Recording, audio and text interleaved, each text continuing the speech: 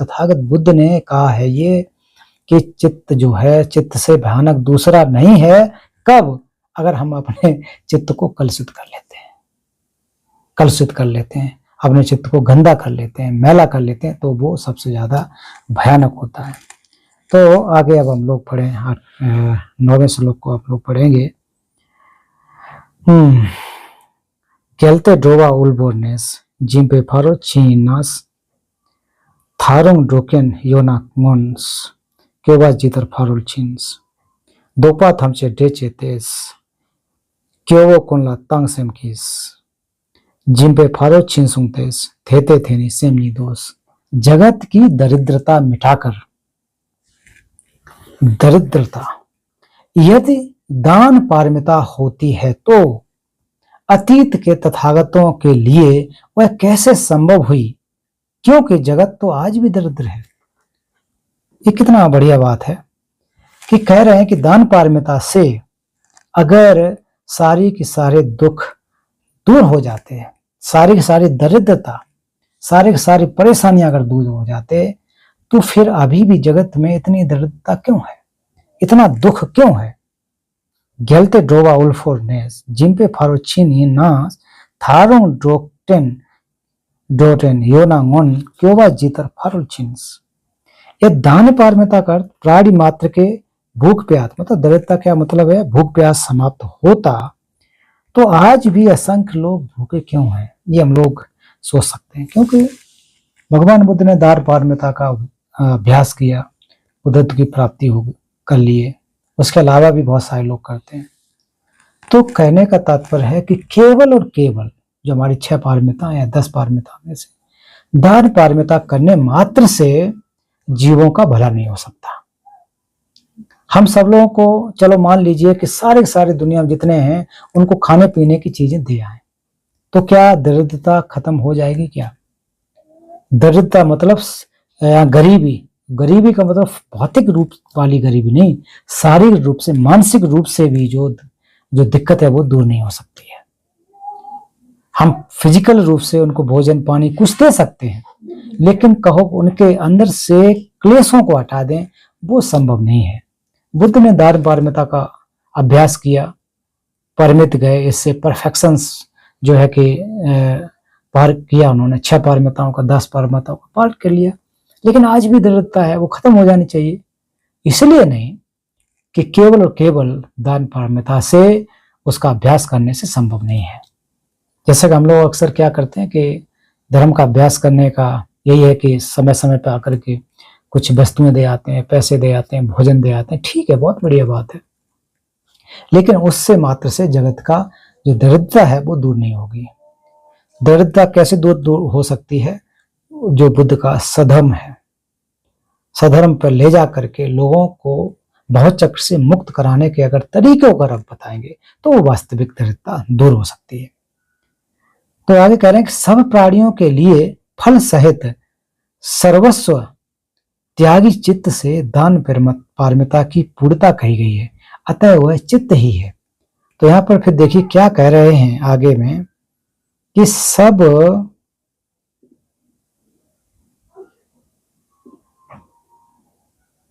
अब पहले देखें, अब इसमें देखें, सब प्राणियों के लिए फल सहित सर्वस्व त्यागी चित्त से दान पारमिता कही गई है। दान पारमिता तो कैसा कहा गया? सर्व त्यागी चित्त से फल सहित, ऐसा ही फल कौन सा है? बुद्धत्व की प्राप्ति। सभी प्राणियों के लिए जो फल सहित कुछ उनको फायदा भी जो मिले, सर्वस्व त्यागी मतलब ऐसा चित्त जो सब कुछ त्यागने को, कौन सा त्यागने के? हमारे अंदर राग द्वेष मोह, ऐसा त्याग चुका चित्त से दान पारमिता कही गई, मतलब इसको पूर्णता कहा गया है। जिसमें वैराग्य चित्त भी यहाँ पर आ जाता है कि वैराग्य चित्त भी जिसके अंदर हो, तब जाकर के वो दान पारमिता हो सकती है। और ये है क्या? चित्त ही है, अलग से कुछ नहीं है, मन ही है। मन से ही हम लोग ये कार्य कर सकते हैं सब प्राणियों के लिए। तो ऐसी अगर चीजें होती, इस प्रकार का चित्त उत्पन्न दूसरे जीवधारियों को भी कराया गया होता, सबने अगर कर लिया होता, तो दरिद्रता नहीं होती। बुद्ध ने ही अकेले करने के बाद कि सबके सब दरिद्रता खत्म हो गई हो, तो वो संभव नहीं था, क्योंकि और भी जीवधारी थे, उनके अंदर से इस प्रकार के मल नहीं निकल पाए, गंदगी नहीं निकल पाई, राग द्वेष खत्म नहीं हो पाए। इसकी वजह से आज भी वो चीजें देखने को मिलती है। तो ये कह रहे हैं कि ये सारा का सारा कहां से होता है? हमारे मन से उत्पन्न होता है। आगे, मछली आदि कहां ले जाई जा सकती है कि उन्हें न मारा जाए? कह रहे हैं कि मछली आदि कहां ले जाई जा सकती है कि उन्हें न मारा जाए? हम जहां प्राणिपात की हत्या के बारे में बात कर रहे हैं, अतः प्राणिपात बेरमणि चित्त से शील पारमिता मानी गई है। किसको कहा गया है? जो हम लोग प्राणातिपाता बेरमणि, पहला जो प्रिसेप्ट है, कि एक उदाहरण दिया गया कि मछली इत्यादि जो है कहां ले जाई जा सकती है, उसे न मारा जाए, कहां उसको सेव किया जा सकता है कि जिसकी हत्या न हो, कहां ले जाया जाए? कहने का अर्थ है कि इतनी सारी मछलियों को या फिर जीवधारियों को हम लोग कहीं लेके तो नहीं जा सकते। तो वो क्या कह सकते हैं कि बेरमणि इस प्रकार की भावना हमारे अंदर उत्पन्न हो कि मैं किसी भी जीवधारियों की हत्या नहीं करूंगा, भावना ऐसी हमारे अंदर हो, इस प्रकार का शील हमारे अंदर उत्पन्न हो, तभी जाकर के वो क्या माना जाएगा? पहली जो प्राणिपात की हिंसा, प्राणी वध न करना। तो प्राणी वध करना केवल फिजिकल रूप से नहीं, कायिक, वाचिक, मानसिक रूप से, तीनों प्रकार से हम क्या नहीं करेंगे? हिंसा से विरत रहेंगे। शारीरिक रूप से नहीं कर रहे हैं, लेकिन मानसिक रूप से कहीं हमारे मन में होता है, या दूसरे को जाकर के हम लोग कह देते हैं कि जाओ मछली या इत्यादि को मार दो, इसको कर दो, वो कर दो। तो हमने भले ही शारीरिक रूप से नहीं किया, लेकिन मानसिक रूप से हम किसी को एक प्रकार से ऑर्डर दे करके उससे हत्या करवाए, तो ऐसा नहीं चलेगा। कह रहे हैं वो ठीक नहीं है।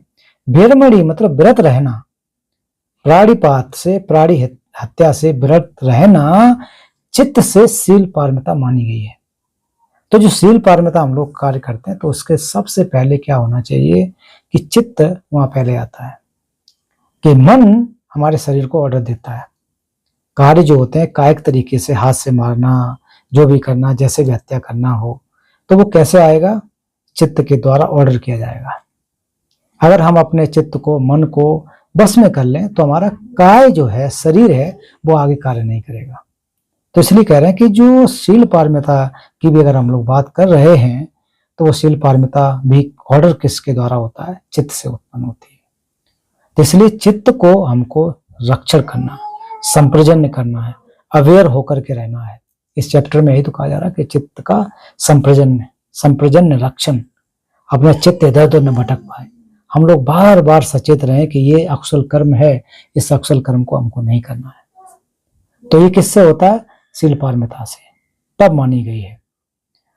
इसलिए यही कहा गया, यहाँ लासोपा खांसिक दूस तेदा सोमी गिरबे टेस पोंगे सेमने थोपालेस सुल्टिम फारुल छिम्बरसेस। अब यहाँ भी शील पारमिता के अभ्यास हेतु आवश्यक नहीं है कि केवल मछली आदि हर एक प्राणी की हिंसा से व्रत रहे, मतलब वही है, अपितु अपनी ओर से दूसरों के अपकार के मूल कार्य सहित परित्याग करने की इच्छा ही शील पारमिता का अभ्यास है, जो मूलतः चित्त की प्रक्रिया। क्या कह रहे हैं कि अपकार करने, दूसरों का हित करने की भावना। तो जो दूसरों का हित करने की भावना होगी, वो किससे होगी? चित्त से होगी। अब चित्त से होगी तो वास्तव में वो शील पारमिता का अभ्यास हम लोग कर रहे हैं। तो जैसे कि दान पारमिता, इसके बाद शील पारमिता, तो ये फिर उसके बाद कौन सी पारमिता? शांति पारमिता। तो ये से धीरे धीरे वीर पारमिता, धैर्य पारमिता, प्रज्ञा पारमिता, आदि आदि जो 6 या 10 हैं, वो क्रमशः ऐसे हमको जानना है। अब कह रहे हैं कि आकाश के समान अनंत कितने दुर्जनों को मार सकूंगा? यदि क्रोधी चित्त को मार डाला तो सब शत्रु मार लिए गए। जैसा कि हमने पहले भी इसके बारे में बहुत सारी व्याख्या हो गई थी, और ये बहुत महत्वपूर्ण है कि आकाश के समान हमारे जो शत्रु हैं या दुर्जन जिनको हम कहते हैं, ये भी बुरा है, वो भी बुरा है, ये उसने खराब किया, ये हमारे परिवार में लड़ता है, ये भाई से लड़ता है, ये बहन से लड़ता है, ये वो है, ये उस समय हम क्लास में थे तब ये बुरा किया, ये दुर्जन है, ये बहुत बेकार आदमी। तो हम लोग इस प्रकार की बातें रोज जो करते हैं, तो ऐसे दुर्जनों को कितने को मार सको? कितने खराब लोग हैं, उन कितने को हम लोग मारोगे? हैं? तो दुनिया में हम लोग बुरा ही बुरा कहते रहे, ये भी खराब वो भी खराब, तो हम लोग हमेशा दूसरों को खराब खराब कहते रहते। कितने को मारोगे? अनंत है वो तो, अनंत है, आकाश के समान। भाई आकाश को हम लोग क्या नाप सकते हैं? क्या उसकी सीमा को नाप सकेंगे कि कितना क्या है? हम लोग नाप नहीं सकेंगे। इस पृथ्वी पर कितने जीवधारी हम लोग नाप नहीं सकेंगे, मतलब गिन नहीं सकेंगे। दो जनों में मनुष्यों के अलावा भी और भी जो जानवर भी हो सकते हैं, कि देखो कहते हैं कि जो बिच्छू को, अरे बिच्छू बहुत खराब है, सांप बहुत खराब है, चीता बहुत खराब है, ये बहुत, कुत्ता बहुत खराब है। तो हम सबको जो कि क्या कहते हैं, खराब खराब कहते हैं। तो इनको भी, मनुष्यों के अलावा इनको भी क्या मार सकेंगे? संभव नहीं है। तो कह रहे हैं कि यदि क्रोधी चित्त को मार डाला तो सब शत्रु मार दिए जाएंगे। क्रोधी चित्त, अगर तो ये क्रोधी चित्त हमारे अंदर है, उसको अगर हम मार देंगे तो हम शांत हो सकते हैं। बुद्ध को आप देखिए कि उन्होंने अपने अंदर से एंगर को हटाया, तो उनके ऊपर जो कि बहुत क्रोधी, अंगुलमाल का फर्क नहीं हुआ। अजातशत्रु ने कितना प्रयास किया, वो कुछ नहीं कर पाए। इसके अलावा जो कि पागल हाथी छोड़े गए, क्या क्या अत्याचार उनके ऊपर किया, सब कुछ सरेंडर हो गए। अंगुलमाल जैसे जो खूंखार जो व्यक्ति था, जो बहुत हत्यारा माना जाता था, उनको छोड़ा गया, वो भी सरेंडर हो गया। तो हमारे अंदर से अगर क्रोध को निकाल दें, शांत हो जाए, तो बाहर के शत्रु अपने आप सरेंडर हो जाते हैं, कोई नुकसान नहीं कर सकता। क्रोधी चित्त को मार डाला तो सब शत्रु मार लिए गए। कितनी बढ़िया बात है कि हम लोग करते क्या है कि बहुत ज्यादा बड़ा चढ़ा लेते हैं, चीजों को बड़ा चढ़ा करके पेश करते हैं।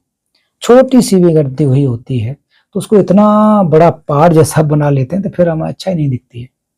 बहुत बड़ा बड़ा पहाड़, फिर उसके पीछे, फिर उसके पीछे, फिर कई पीढ़ियों तक हम लोग जो है एक माइंड सेट बना लेते हैं कि उसने ऐसा किया था, परदादा ने ऐसा किया था। फिर दूसरा आकर के, अरे तुम्हारे परदादा के साथ ऐसा व्यवहार किया था, तुमको बदला लेना चाहिए।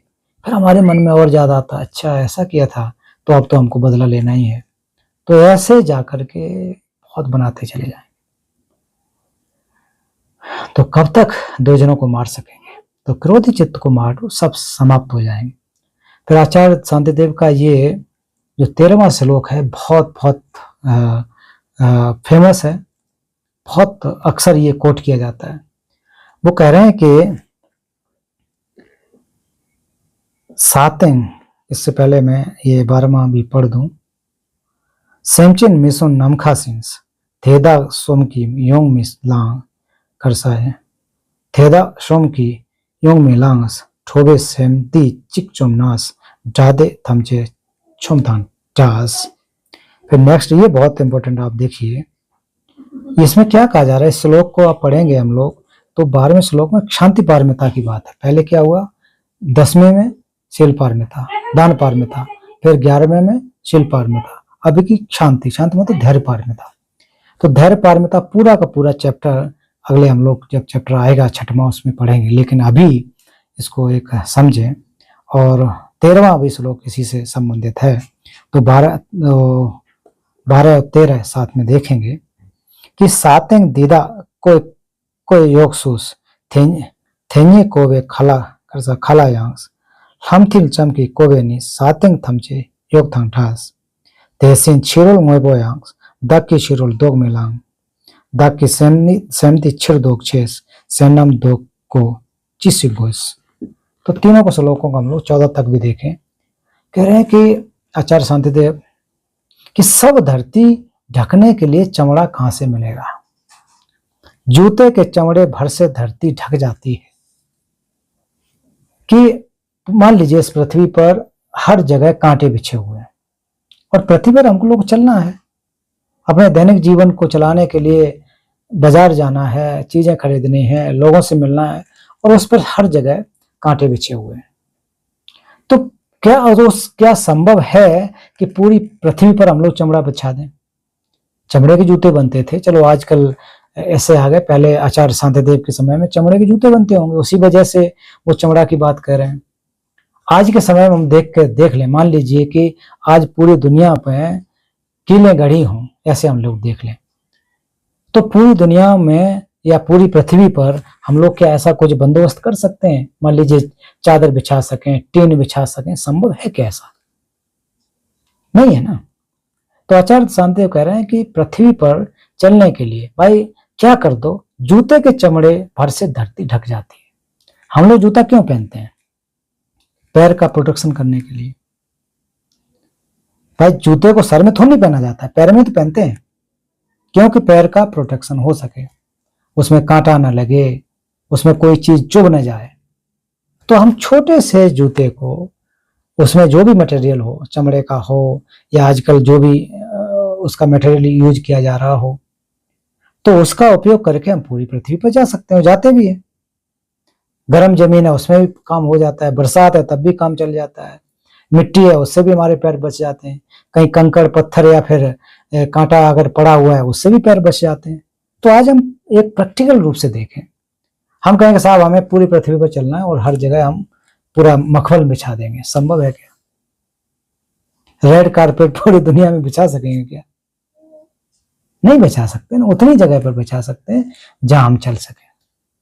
हम अपने घर में भी, हम लोग घर में कालीन बिछाते हैं, क्यों बिछाते हैं?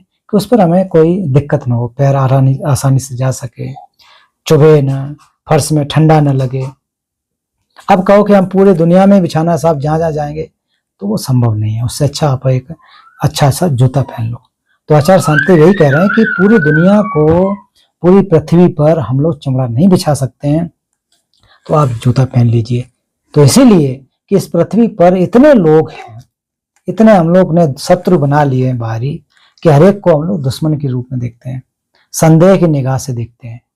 तो उनको हम कैसे मार सकते हैं? नहीं मार सकेंगे ना। एक को मारेंगे तो परिवार के 4 इकट्ठे हो जाएंगे, 4 को मारेंगे तो 16 हो जाएंगे। तो ये जो सिलसिला है पीढ़ी दर पीढ़ी चलती चली जाएगी। और बुद्ध तो स्पष्ट कहते हैं कि किसी को मारने की जरूरत नहीं है, वो तो एक दिन खुद मर जाएगा। हम लोग अभी यहाँ हैं जो इस ग्रुप में हैं, या दुनिया के जो लोग 8 अरब लोग हैं, वो गारंटी से 125 साल 150 साल बाद सब खत्म हो चुके होंगे, कोई भी नहीं बचा होगा। हमारे ग्रुप में से शायद कोई नहीं होगा जो 125 साल बाद जिंदा रहे। 125 छोड़ो, 100 साल बाद भी जिंदा नहीं रहेगा, ये गारंटी की बात है। तो हम लोग इतना ज्यादा क्यों परेशान हैं? ये फैक्ट है। इसलिए क्या करना है, हम दूसरों को मारना नहीं है। मनुष्य तो अपने आप चला जाएगा, कोई पता नहीं, इस जीवन का कोई भी फिक्स हो, टाइमिंग हो, कोई पता नहीं। हम उम्मीद के सहारे जीते रहते हैं कि हम 10 साल चलेंगे, 50 चलेंगे, 100 चलेंगे, बहुत बढ़िया बात है। लेकिन इस प्रकार के गंदे काम करके, दूसरों को नुकसान पहुंचा करके इतना लंबा जी के क्या करोगे? तो जितना ज्यादा नुकसान पहुंचाओगे, इतना लंबा जियोगे, नुकसान पहुंचाते रहोगे, उससे और ज्यादा दिक्कत करोगे ना। इससे अच्छा तो शॉर्ट जीवन होना चाहिए। तभी कहा जाता है कि जो अत्याचारी लोग हैं उनका जीवन छोटा होना चाहिए, जो अच्छे लोग हैं उनका जीवन दीर्घ होना चाहिए, लंबा होना चाहिए। क्योंकि अच्छे लोग जाकर के लोगों का हित करेंगे, और जो दुर्जन जो कहा गया है, ऐसे लोग लोगों का अहित करेंगे। तो दुर्जन लोगों को हम लोग मार नहीं सकेंगे। क्या कर सकते हैं कि अपने चित्त के अंदर जो बुराई हमने मान बैठे हैं, ज्यादातर बाहर वाले की गलती उतनी नहीं होती है जितना हम बना लेते हैं, बना चढ़ा करके, चढ़ा बढ़ा करके बहुत ज्यादा एक प्रकार से कहते हैं ना कि हम उसमें बुनते रहते हैं, बुन बुन के इतना ज्यादा हो जाता है, कुछ कहो मत। तो इस प्रकार से सब धरती ढकने के लिए ये श्लोक हमारे जीवन के लिए बहुत इंपॉर्टेंट है। हमेशा अपने हृदय से इसको जोड़ के देखिए कि पूरी पृथ्वी पर हम लोग चमड़ा नहीं बिछा सकते हैं, पूरी पृथ्वी के लोगों के मन को हम लोग नहीं बदल सकते। कहने का मतलब ये है, दूसरे के लोग के चित्त को हम लोग परिशुद्ध नहीं कर सकते हैं। क्या कर सकते हैं? अपने चित्त को परिशुद्ध कर लें। तो अपने चित्त को परिशुद्ध कर लेंगे तो निश्चित रूप से सारा का सारा जो भी हमें दिखाई देता है खराब, वो बहुत ब्यूटीफुल दिखेगा। कहते हैं कि सुंदरता बाहर नहीं होती, सुंदरता हमारी आंख में होती है कि हम कैसे दिखते हैं। उसी फूल गुलाब को मैं देखूंगा तो हो सकता है मुझे अगर पसंद नहीं है तो मैं कहूंगा बेकार चीज है, और हो सकता है कि नेगी जी उसको बहुत पसंद करते हो, कहेंगे ओ दुनिया में इससे ज्यादा कोई सुंदर नहीं है। तो नजरिए का फर्क है, समझ का फर्क है। तो उसको हिसाब से कहते हैं कि सुंदरता किसमें होती है? हमारे नजरिए में होती है, आंख में होती है, किस तरह से हम लोग उसको देखते हैं। उसी प्रकार एक श्लोक को देखो, बाहरी पदार्थ मेरे रोके नहीं रुक सकते। जो बाहरी चीजें हैं हम लोग चाहे उनको रोकते हैं, वो नहीं रुक सकते हैं। अपने चित्त को रोकूंगा, दूसरे के रुकने से मेरा क्या होगा कि दूसरे के रुकने से मेरा क्या, कि दूसरे के रुकने से मेरा लाभ होगी, क्या होगा, ये तो कैसे पता लगेगा। कांटों से ये तो मैंने पढ़ लिया। कह रहे हैं कि चित्त शांत होने से यह भव जगत मित्र रूप दिखाई देगा और चित्त अशांत होने पर सारा जगत शत्रु रूप धारण कर लेगा।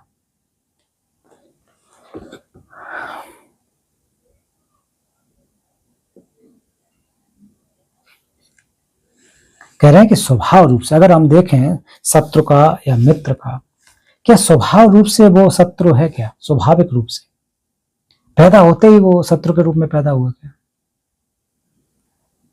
शत्रु को जो स्वाभाविक रूप से, ऐसा नहीं है कि वो स्वाभाविक रूप से ही उसका जन्म से ही, या फिर आज इस जन्म नहीं, शुरुआत से, अनादिकाल से, शुरुआत से नहीं अनादिकाल से लेकर के वो शत्रु के रूप में ही हमेशा पैदा होता रहा हो, ऐसा नहीं है। तो वो स्वभाव नहीं है। अगर स्वभाव नहीं है तो ऐसे बदलने की जरूरत नहीं है। क्या करना है कि उसी प्रकार बाहरी पदार्थ मेरे रोके नहीं रुक सकते हैं।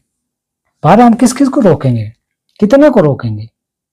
अपने चित्त को रोकूंगा। सबसे होशियारी वाली बात तो यही है कि मैं अपने चित्त को बस में करूंगा। दूसरों को हम चित्त को बस में क्यों, कैसे कर सकते हैं? इसलिए जरिम्पोछे आचार्य चौंकाबाजी भी कहते हैं, लमरी में भी कहा गया है कि दूसरों के चित्त को परिशुद्ध करने से पहले आपको अपने चित्त को परिशुद्ध करना चाहिए। हम लोग करते क्या है कि दूसरे का, तू खराब है, वो खराब है, तो अपने ठीक नहीं करता है, तू ध्यान नहीं कर रहा, विपस्सना नहीं कर रहा, धर्म का अध्ययन नहीं कर रहा, ये दुनिया भर की हम लोग बातें करते हैं। लेकिन अपने चित्त को क्या स्थिति बनी हुई है? हमारी फिंगर जो है हमेशा दूसरे के लिए, तुम ऐसा है, तू ऐसा है, तुमने ऐसा किया, लेकिन हमने ऐसा किया वो कभी नहीं। अपने आप को गलती होने के बाद भी अपने उस गलती को श्रेष्ठता के रूप में देखते हैं। ये हमारी बेवकूफी है, सबसे बड़ी बेवकूफी। क्यों है? क्योंकि अंदर से इतना ज्यादा ईगो है। क्यों हम कैसे दब सकते हैं? मैं फलाना आदमी हूं, मैं तो इतना प्रसिद्ध हूं, मैं महीने में इतना कमाता हूं, मैं जो है घर का मुखिया हूं, कैसे नहीं मेरा परिवार का बात सुनेगा, बच्चा, बीवी, पत्नी या जो पति जैसा भी हो, आप बदल भी सकते हैं। कैसे मैं हूं, मैं और मेरा का है ना घमंड। तो हम दूसरों को सुधारने की कोशिश करते हैं थोड़ा सा होने पर भी। तो ये क्या व्यवहारिक चीजें हैं, ये कोई दार्शनिक बात नहीं, व्यवहारिक प्रैक्टिकल चीजें। तो ये क्या कर सकेंगे कि हम अपने चित्त को रोकें। दूसरे को रोकने से क्या फायदा होगा? दूसरे के रोकने से मेरा क्या लाभ? अगर मान लीजिए सैनी साहब ने अपने चित्त को शुद्ध कर लिया तो मेरा यहाँ लाभ क्या हो गया? मुझे तो कुछ भी नहीं फर्क पड़ा। मैं यहाँ बोल बोल के इतने दिन से पढ़ा रहा हूँ, वो कुछ भी फर्क मेरे में ना आए, तो सैनी साहब का अगर हो जाता है चित्त ठीक, तो मेरा क्या इसमें लाभ हुआ? उनका हो गया ना। तो मुझे क्या करना चाहिए कि मुझे अपने चित्त को भी परिशुद्ध करना चाहिए, जो एंगर है उसको निकालना चाहिए। काय और बाक के साथ भी मंद वृत्ति चित्त से वह फल नहीं होता, तो भ्राता आदि फल एकांकी भी तीव्र वृत्ति, अर्थात तीव्र वृत्ति चित्त से होता है। इसको थोड़ा सा ये यहाँ पर कठिन लगेगा। कह रहे हैं सैमसल चिक के डेबू खांग्स छंगला सोपा निम्पा तर लोंगा चेपे डेबू मांग्स चोपा सेम्पे थेता मीन्स। कह रहा है कि समापत्ति जैसा, समापत्ति में पूर्ण रूप से एक ही गुण क्षीण, तीक्ष्ण तथा शुद्ध मन के साथ होने पर ब्रह्मलोक में जन्म दिला सकता है, परंतु मन शक्ति के बिना काय या वाक के प्रयत्न से वैसे फल प्राप्त नहीं हो सकते। अतः वीर पारमिता भी चित्त पर निर्भर करती है। तो यहाँ क्या कह रहे हैं कि प्रयास करने का, ये जो हम लोग 15वां श्लोक पढ़ रहे हैं, प्रयास करना, 14-15 को प्रयास करना। काय और वाक के साथ भी केवल हम लोग शरीर से और बाड़ी से कुशल कर्म करें, साथ भी मंद वृत्ति, मतलब चित्त को कहा गया। अगर हमारी चित्त कमजोर है, मेहनत या फिर जो कायिक रूप से हम लोग अच्छे कर रहे हैं, दान दे रहे हैं, सारा कुछ कर रहे हैं, सारी बाड़ी भी अच्छी बोल रहे हैं, अगर चित्त हमारा कमजोर है तो क्या करेगा, वह फल नहीं होता। तो जो वास्तव में हम फल नहीं होता है, मतलब उससे वास्तव में क्या प्राप्त करना चाह रहे हैं, वास्तव में क्या नहीं होगा, पारमिता। कौन सी पारमिता, वीर पारमिता का अभ्यास नहीं होगा। जो कह रहे हैं कि क्या कहते हैं, ब्रह्मलोक में जन्म दिला सकता है। तो क्या हम लोग चित्त को लेकर के साथ नहीं आएंगे तो ब्रह्मलोक यहाँ पर उच्च देवलोक इत्यादि को खा गया है, इसको छोड़िए। लेकिन कुल मिला के ये जानिए कि हम मानव शरीर तक का भी प्राप्त नहीं कर सके, मानव शरीर को भी हम लोग प्राप्त नहीं कर सकेंगे अगर हमारा चित्त ठीक से एकांकी रूप से कार्य नहीं करता। एकांकी किसमें, वीर पारमिता का अभ्यास नहीं करता। वीर पारमिता का मतलब क्या है कि पुण्य कर्मों में पूरे उत्साह के साथ लगे हुए चित्त को वीर पारमिता कहा जाता है। अगर परिभाषा पूछा जाए तो वीर पारमिता क्या है, कि ऐसा चित्त, ये पारमिता क्या, चित्त ही तो है, ऐसा चित्त कि पूरी खुशी के साथ पुण्य कर्मों में लगा हो, वो वास्तव में हमारा एंडिवर है, वो हमारा एफर्ट है। तभी अंग्रेजी में जॉयस एफर्ट है ना, जॉयस, आनंद होकर के। तो हम लोग जब धर्म का अभ्यास करें तो वो क्या हो, खुशी होकर के, एक प्रकार से उसमें अनुमोदन करते हुए, खुशी जाहिर करते हुए अगर करेंगे तो वास्तव में वीर पारमिता का अभ्यास होता है। तो वीर पारमिता का अभ्यास के बारे में भी हम लोग समझ पाए कि केवल और केवल शरीर से और काय से हम लोग मेहनत करते रहें तो उससे संभव नहीं हो सकता है। ठीक है, ये हमारा शरीर भी, जैसे कि मान लीजिए प्रणाम करना, छाग लगाना, आप लोगों को देखा होगा, प्रणाम करते हैं, पूरा कई 1 लाख मोंडो करना है, 10 लाख करना है। फिर उसके बाद हम लोग कोरा करते हैं, परिक्रमा करते हैं, बुद्ध विहार में जाते हैं। फिर ये क्या कायक हो गए। इसके साथ साथ जाकर के हम लोग मंत्र जाप करते हैं, जो परित्राण पाठ करते हैं, ये हमारी वाचिक हो गए। अच्छे जो कुशल शब्दों का उपयोग, अच्छे शब्दों का उपयोग करते हैं, वो वाचिक, किसी प्रकार से गलत काम नहीं करेंगे, झूठ नहीं बोलेंगे, जो फालतू की बकवास नहीं करेंगे। ऐसे कार्य जो हैं वो किसके, वाणी के द्वारा होते हैं। फिर जो हाथ से चोरी नहीं करेंगे, व्यभिचार नहीं करेंगे, किसी की हत्या नहीं करेंगे, ये किस तरह से हमारे शरीर से होते हैं। तो इतने मात्र से कहो आप सर्वज्ञता की प्राप्ति कर लें, संभव नहीं है। बुद्धत्व की प्राप्ति कर लें, संभव नहीं है। उसके लिए क्या चाहिए, हमें ज्ञान की आवश्यकता होती है, हमें चित्त की आवश्यकता होती है। तो इसलिए पूरे जो जॉयस एफर्ट लगा करके, खुशी होकर के, अगर हम खुशी तभी हो सकते हैं जब हमारा चित्त कहेगा खुश हो जाओ। अगर हमें उसे प्रयास करेंगे तो निश्चित रूप से क्या कर सकते हैं हम लोग, कि सुख की अनुभूति प्राप्त कर सकते हैं। सुख की अनुभूति करने का अर्थ यहाँ है कि हम वीर पारमिता का अभ्यास कर सकते हैं। तो ये ऐसी बातें नहीं है कि मनगढ़ंत बातें हो, बिल्कुल नहीं। कह रहे हैं कि सर्वज्ञ ने कहा है, सर्वज्ञ मतलब बुद्ध ने कहा है कि मंद वृत्ति मतलब और अन्य मनस्कता से दीर्घ काल तक किए हुए जब तब सब व्यर्थ है। तो यहाँ प्रज्ञा पारमिता के बारे में, इसके बाद क्या कह रहे हैं, प्रज्ञा पारमिता। सर्ववित्त बुद्ध ने यही भी कहा, मतलब बुद्ध ने क्या कहा है कि अनन्य मनस्कता तिब्बतन में क्या, देजो थानी काथोकुंस यूजिंग द्वेषु चे क्यांस यूजिंग द्वेषु चे क्यांस। मतलब कह रहे हैं कि देजो थानी काथोक्यांस, कि मंत्र का इत्यादि हम लोग जाप करें, कि मंत्र जाप इत्यादि करते रहें। इसके साथ साथ बहुत प्रयास करें कि दिन भर मंत्र का जाप करें, कोरा इत्यादि करें। यूजिंग द्वेषु चे के मतलब बहुत लंबे समय तक हम कितना क्यों ना करते रहें। सैमसंग यांगवे छेपा नीस देंगे रिक्वे दोनों मेटो। तो कुल मिलाकर कह रहे हैं कि अनन्य मनस्कता का अर्थ होता है कि चित्त हमारा भटका हुआ हो, अगर हमारा मन एक साथ ना हो, कमजोर चित्त हो और भटका हुआ। अन्य मनस्कता, अन्य मतलब दूसरी जगह पर मन लगा हुआ हो। अभी जैसे हम लोग क्लास में अध्ययन कर रहे हैं, तो ये क्लास में मन न लग करके कहीं बाजार में, कहीं दुनियादारी में अगर लगा हो ऐसा चित्त, ऐसे चित्त से क्या होगा, दीर्घ काल तक किए हुए जब तब सब व्यर्थ है। तुम लोग सुबह से लेकर के वो मानी पैदे में जाप कर रहे हैं, ऐसे करते रहो, मंत्र जाप करते रहो, मन भटक रहा है जाकर के वहाँ कहीं कहीं, है ना, कहीं बाग बगीचे में जा रहा है, बाजार में है, मॉल में जा करके मन भटक रहा है, तो वो हाथ से केवल मानी जो माला फिरना हो जाएगा। या हम लोग कोरा जा रहे हैं तो कोरा में भी बस शारीरिक कसरत हो जाएगी, उससे लाभ नहीं होगा। ये सब व्यर्थ है अगर मन हमारा भटका हुआ है।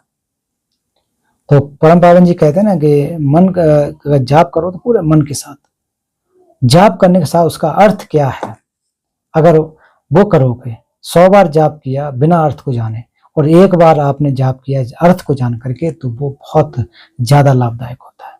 तो इसलिए कह रहे हैं अन्य मनस्कता से, मतलब मन हमारा अगर भटका हुआ है तो दीर्घ काल तक किए गए आपके जब तब सब बेकार हैं, सब प्रार्थनाएं पूजा है सब बेकार है। क्यों? आपने मन से किया ही नहीं, मन इधर उधर भटका हुआ है, उसका क्या लाभ होगा? वो तो जैसे तैसे चल रहा था ना, उससे कुछ लाभ नहीं हो सकता। तो यहाँ कहने का अर्थ है कि अतः समाधि पारमिता के, यहाँ पर समाधि जो कौन सी पारमिता? हमारी ध्यान पारमिता। तो इस श्लोक में कह रहे हैं कि ध्यान के साथ बड़े धैर्य के साथ एक कार्य करने की आवश्यकता है, पूरा एकाग्र होकर के अभ्यास करने की आवश्यकता है। फिर खांकी छुई की चो छो सेम की संग संधि मासे नास देथोप दुंगेल सोम दुक्यांस थेदा धुन में खिनर क्षम।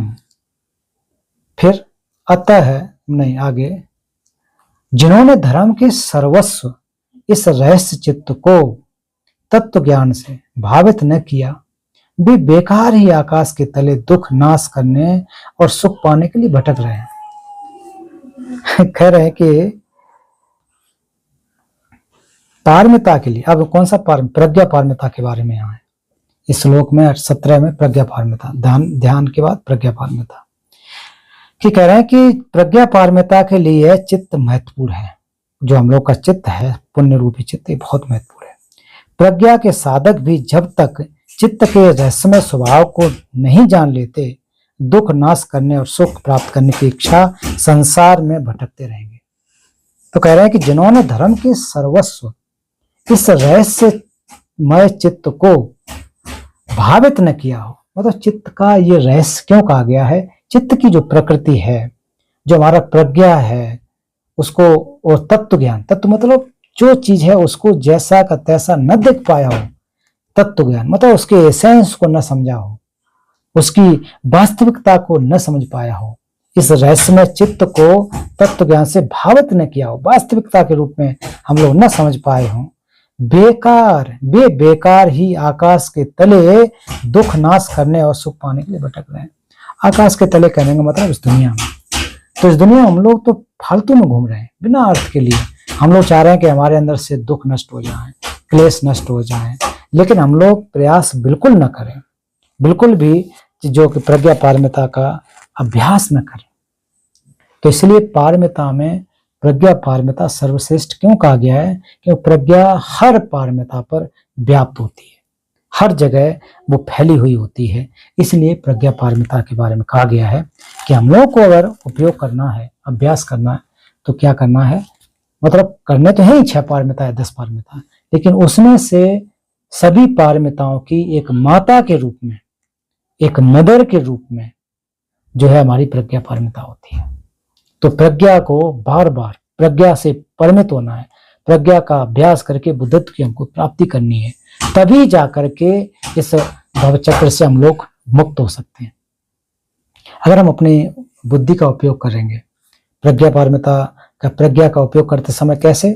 एक हम श्रुतिमय सुन करके जो सिखाया जा रहा है, जो किताबों में है, जो गुरुओं ने बताया, जो बुद्ध ने बताया, उसको सुनना, पढ़ना, श्रुतिमय प्रज्ञा सुन करके, लिसन करके, पढ़ के, दूसरा पढ़ने के बाद उसको क्या चिंतन करना, हमको कंटेम्पलेशन उसको करना है, उसको देखना है कि जो कहा जा रहा है वो ठीक है कि नहीं, अपनी प्रज्ञा के माध्यम से।